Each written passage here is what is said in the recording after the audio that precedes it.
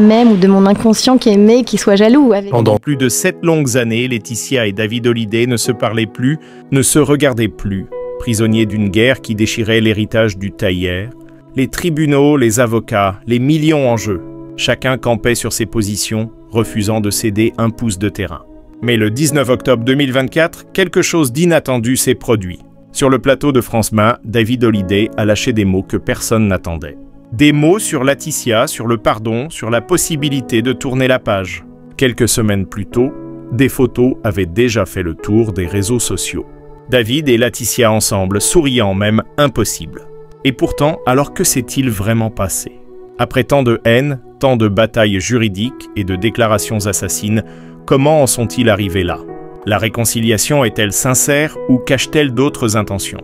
Pour comprendre ce revirement spectaculaire, il faut revenir en arrière, plonger dans les années de conflits qui ont suivi la disparition de Johnny parce que cette histoire ne commence pas avec des sourires, mais avec un testament qui a tout fait exploser.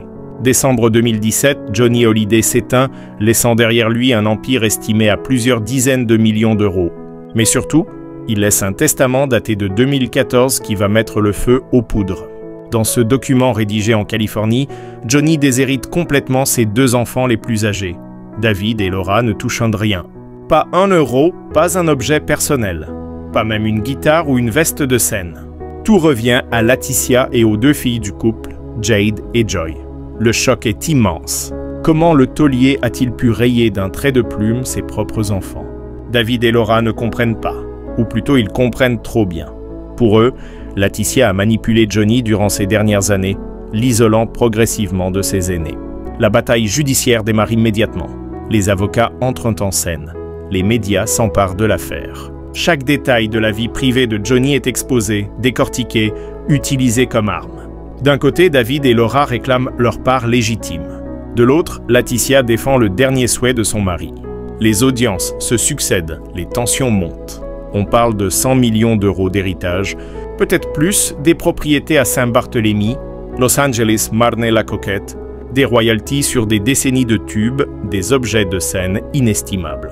Mais au-delà de l'argent, c'est la mémoire même de Johnny qui est en jeu, qui a le droit de parler en son nom, qui peut décider de son héritage artistique. Les révélations s'enchaînent. On apprend que Johnny avait déjà modifié son testament plusieurs fois, que les relations avec David s'étaient tendues bien avant sa mort, que Laetitia contrôlait tout autour du chanteur durant ces dernières années. La guerre fait rage pendant 2 ans, déchirant publiquement ce qui restait de la famille Hallyday. Les plateaux télé se transforment en ring, chacun défendant sa version de l'histoire. Puis en 2020, l'accord tombe enfin. Laura Sem reçoit 2,6 millions d'euros. Mais cet accord ne règle rien sur le plan émotionnel.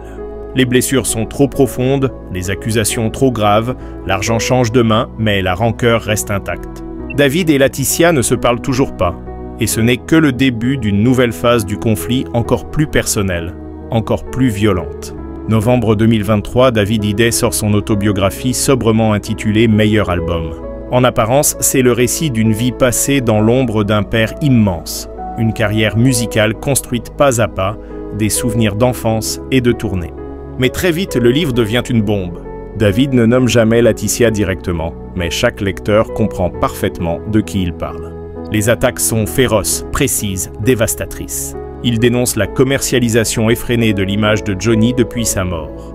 Les expositions, les ventes aux enchères, les produits dérivés. Pour David, tout ça ressemble à une exploitation pure et simple de la mémoire du taulier. L'exposition organisée à Bruxelles devient sa cible principale. David parle du butin d'un cambriolage, une formule choc qui résume sa pensée. Pour lui, ces objets personnels de son père, exhibés comme des reliques dans des vitrines, n'auraient jamais dû quitter le cercle familial. Chaque veste de scène, chaque guitare, chaque lettre intime mise en vente ou exposée lui arrache le cœur. Ce n'est pas un hommage, c'est une trahison. Johnny devient un produit marketing, une marque à exploiter jusqu'à la dernière goutte. Et derrière tout ça, une seule personne tire les ficelles. Selon David, Laetitia contrôle l'héritage artistique, décide de ce qui se vend, de ce qui s'expose, de comment on se souvient de Johnny. Les médias s'enflamment. Selon plusieurs sources proches de Laetitia, elle serait terrorisée par les révélations du livre. Pas seulement à cause des accusations directes, mais parce que David ouvre une porte que beaucoup préféraient garder fermée. Il raconte les coulisses, les tensions, les moments où Johnny lui-même exprimait des doutes. Le fils se pose des questions embarrassantes qui profitent vraiment de tout cet argent. Pourquoi cette course est freinée aux expositions et aux ventes? Johnny aurait-il voulu ça?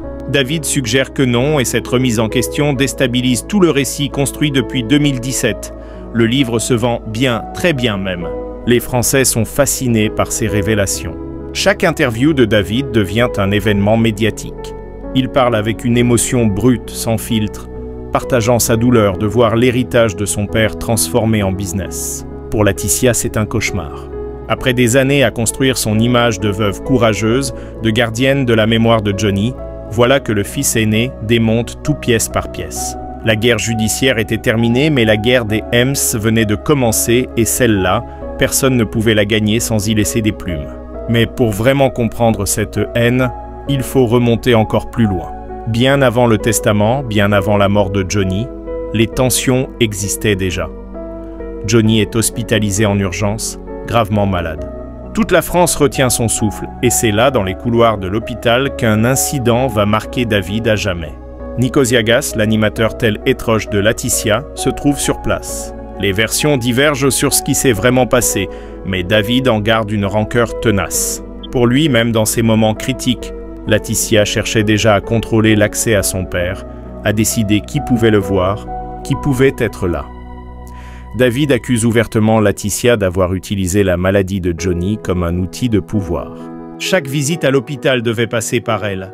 Chaque information sur l'état de santé du taulier était filtrée, contrôlée, diziée selon ses choix. Les enfants du premier lit se sentaient écartés, tenus à distance de leur propre père dans ces moments les plus vulnérables. Cette période plante les graines d'un ressentiment qui explosera des années plus tard. Johnny se rétablit, mais la fracture familiale, elle ne guérit jamais vraiment. Puis arrive décembre 2017, les funérailles de Johnny à la Madeleine. Un moment qui devrait réunir la famille dans le deuil se transforme en nouvelle humiliation pour David et Laura. Ils sont placés tout au fond de l'église, loin du cercueil presque invisible devant eux, dérangés et dérangés de célébrités, d'amis, de relations. Même Brigitte Macron doit intervenir pour que les deux enfants soient finalement repositionnés plus près de leur père. L'image fait le tour de la France. Comment peut-on traiter ainsi les enfants du défunt lors de ses propres funérailles? Mais l'insulte suprême vient après. Johnny sera enterré à Saint-Barthélemy sur cette île des Caraïbes qu'il aimait tant. Une cérémonie intime, familiale, loin des caméras. David et Laura attendant leur invitation. Elle ne viendra jamais. Laetitia ne les convie pas à l'enterrement de leur père. Ils apprendront la mise en terre par les médias comme de simples spectateurs. Pour David, c'est le point de non-retour. Comment pardonner ça? Comment oublier qu'on vous a empêché de dire adieu à votre père une dernière fois? Les années passent et chaque tentative de rapprochement échoue. Un jour, Laetitia invite David à monter sur scène lors d'un hommage à Johnny. Il refuse net.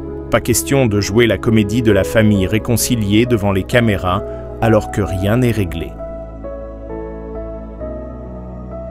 Chaque geste, chaque mot semble calculé pour blesser l'autre camp. La guerre froide s'installe, glaciale, sans espoir apparent de dégel, et puis l'impensable se produit. Le 31 août 2024, des photos apparaissent sur les réseaux sociaux.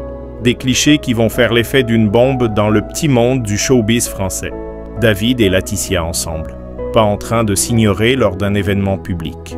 Non, ensemble, proches, presque complices. Les internautes n'en croient pas leurs yeux. Certains crient au montage photo, d'autres parlent de mise en scène orchestrée. Mais les images sont bien réelles. Pour la première fois depuis la mort de Johnny, les deux ennemis jurés posent côte à côte. Affichant même des sourires qui semblent sincères, les spéculations vont bon train. Que s'est-il passé entre l'autobiographie assassine de novembre 2023 et ses retrouvailles d'août 2024? Qui a fait le premier pas?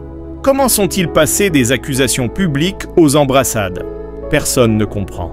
Les fans de Johnny sont partagés entre soulagement et scepticisme. Certains voient enfin la famille se reconstruire autour de la mémoire du Taher.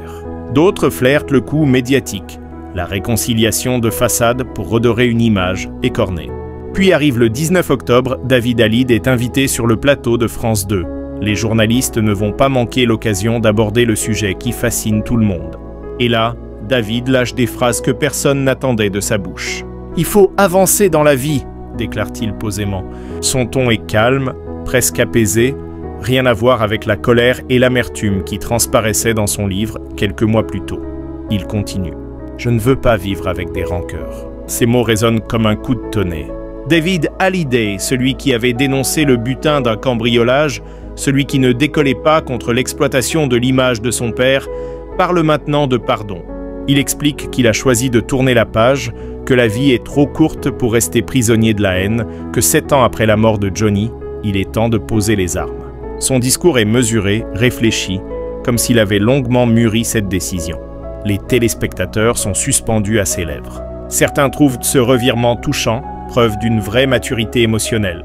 D'autres restent méfiants, se demandant ce qui a pu provoquer un tel changement en si peu de temps. Mais il y a un détail qui n'échappe à personne. Sur les photos d'août, Laura Smet est absente. Lors de l'interview d'octobre, David ne parle que de sa propre démarche de pardon. Pas un mot sur sa sœur, pas une mention d'une réconciliation familiale complète. Le clan Hallyday n'est pas totalement réunifié. David a fait la paix avec Laetitia, ou du moins semble l'avoir fait. Mais Laura reste en retrait, silencieuse, peut-être pas prête à franchir le même pas que son frère. La famille reste divisée, juste différemment qu'avant. Alors, qu'est-ce qui a changé ? Comment passe-t-on de butin d'un cambriolage à « il faut avancer dans la vie » en moins d'1 an ? Plusieurs hypothèses circulent, et la vérité se trouve probablement quelque part entre toutes ces explications. D'abord, il y a le temps, 7 ans. Cette année a porté cette rancœur, cette colère, ce sentiment d'injustice. 7 ans à ressasser les mêmes blessures, à revivre les mêmes humiliations. Peut-être que David a simplement réalisé que cette haine le détruisait plus qu'elle ne changeait quoi que ce soit, que Johnny ne reviendrait pas, que l'argent ne remplirait jamais le vide laissé par l'absence d'un père. Il y a aussi l'influence de Sylvie Vartan. La mère de David, icône de la chanson française, a toujours prôné l'apaisement. Contrairement à son fils, elle n'est jamais entrée dans la bataille médiatique. Sylvie a gardé sa dignité, son silence, refusant d'alimenter le cirque. Elle a probablement travaillé en coulisses pour amener David vers cette démarche de pardon. Une mère qui rappelle à son fils que la vie est trop précieuse pour la gâcher dans des guerres familiales sans fin, que Johnny aurait peut-être voulu voir ses enfants heureux plutôt que déchirés par son héritage. Et puis il y a la musique. David n'est pas resté les bras croisés pendant ces années. Il a travaillé, composé, préparé quelque chose de personnel et d'important. La tournée Requiem pour un fou, un hommage musical à son père, pas une exploitation commerciale mais un vrai projet artistique. Plus de 100 dates sont prévues à travers la France. David se reconnecte avec l'héritage de Johnny, mais à sa manière. À travers la création et non la vente d'objets, cette tournée lui permet de faire son deuil autrement, de célébrer son père sans passer par les expositions et les enchères qu'il dénonçait. La musique le reconstruit là où les tribunaux l'avaient brisé. Sur scène, il peut parler à Johnny, lui rendre hommage, partager avec le public ce que le taulier représentait pour lui. C'est thérapeutique libérateur. Et peut-être que c'est en retrouvant cette connexion avec son père, à travers la musique, que David a compris qu'il n'avait plus besoin de se battre avec Laetitia, qu'il pouvait honorer Johnny sans avoir à contrôler chaque aspect de son héritage matériel. Il y a aussi une possibilité plus pragmatique. Ces temps de guerre médiatique, ça use une image. David a peut-être réalisé que cette bataille ne lui apportait rien de bon, que le public commençait à se lasser de ses querelles familiales étalées dans les magazines, que pour avancer dans sa carrière, pour que sa tournée soit un succès, il devait montrer une autre facette de lui-même. Pas le fils amer et en colère, mais l'artiste mature, capable de pardon. Une réconciliation publique avec Laetitia redore son image, le montre sous un jour plus humain, plus touchant. Du côté de Laetitia, les motivations sont tout aussi floues. Peut-être qu'elle aussi était fatiguée des procès, des accusations, de cette image de manipulatrice qui lui collait à la peau. Accepter la main tendue de David, c'est aussi améliorer sa propre réputation, montrer qu'elle n'est pas cette femme froide qui a écarté les enfants de Johnny, que la famille peut se reconstruire même après tant de douleurs, ou peut-être que le pardon est sincère des deux côtés, fruit d'un travail émotionnel long et difficile. Laetitia n'est pas restée silencieuse face à ces années de conflit. Bien avant la réconciliation avec David, elle avait multiplié les déclarations pour défendre sa vision de la famille Hallyday. Dans plusieurs interviews, elle a martelé le même message. Pour moi, il n'y a pas deux clans, une seule famille. Des mots qui sonnaient creux à l'époque, alors que les batailles juridiques faisaient rage et que David et Laura ne lui adressait plus la parole. Mais Laetitia semblait sincèrement convaincue de cette unité familiale, ou du moins elle voulait y croire. Elle a toujours prétendu agir dans l'intérêt de Johnny, respecter ses dernières volontés, protéger l'héritage qu'il lui avait confié. Pour elle, le testament n'était pas une trahison envers David et Laura, mais la décision réfléchie d'un homme qui savait exactement ce qu'il voulait. Johnny avait choisi de tout lui léguer parce qu'il lui faisait confiance pour gérer son empire, pour prendre soin de Jade et Joy pour faire vivre sa mémoire. Les accusations de manipulation la blessaient profondément. Elle se voyait comme la gardienne légitime, pas comme une opportuniste. Un tournant s'est produit en 2019, un détail que peu de gens ont remarqué, mais qui a changé la donne. Laetitia a changé d'avocat. Elle a remplacé son conseil juridique initial connu pour sa ligne dure et ses attaques frontales par un avocat plus diplomate, plus ouvert à la négociation. Ce changement de stratégie a facilité l'accord de 2020 avec David et Laura, moins d'affrontements médiatiques, plus de discussions en coulisses. C'était peut-être le premier signe que Laetitia était prête à faire des compromis, à trouver une issue moins destructrice pour tout le monde. Depuis, elle a multiplié les gestes d'apaisement. Des messages publics où elle exprimait son souhait de voir la famille réunie, des déclarations où elle reconnaissait que David et Laura avaient leur place dans l'héritage de Johnny, pas seulement financièrement, mais symboliquement. Elle a parlé de son désir que Jade et Joy connaissent leurs demi-frères et demi-sœurs, qu'elles grandissent en sachant qu'elles font partie d'une famille plus large. Ces mots pouvaient sembler calculés, mais ils ouvraient quand même une porte. Sa vie personnelle a continué. Laetitia élève ses 2 filles à Los Angeles, loin du tumulte médiatique français. Elle gère les affaires de Johnny, organise les hommages, supervise les projets autour de sa mémoire. Certains lui reprochent toujours cette commercialisation excessive, mais elle défend chaque décision comme un moyen de faire vivre l'artiste, de transmettre son œuvre aux nouvelles générations. Pour elle, Johnny ne doit pas être enfermé dans le passé, mais rester vivant à travers des expositions, des rééditions, des événements.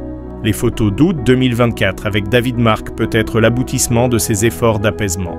Après des années à tendre la main dans le vide, quelqu'un a finalement accepté de la saisir. David a répondu positivement à ses tentatives de réconciliation. Mais Laetitia sait aussi que le chemin est loin d'être terminé. Laura reste distante, silencieuse.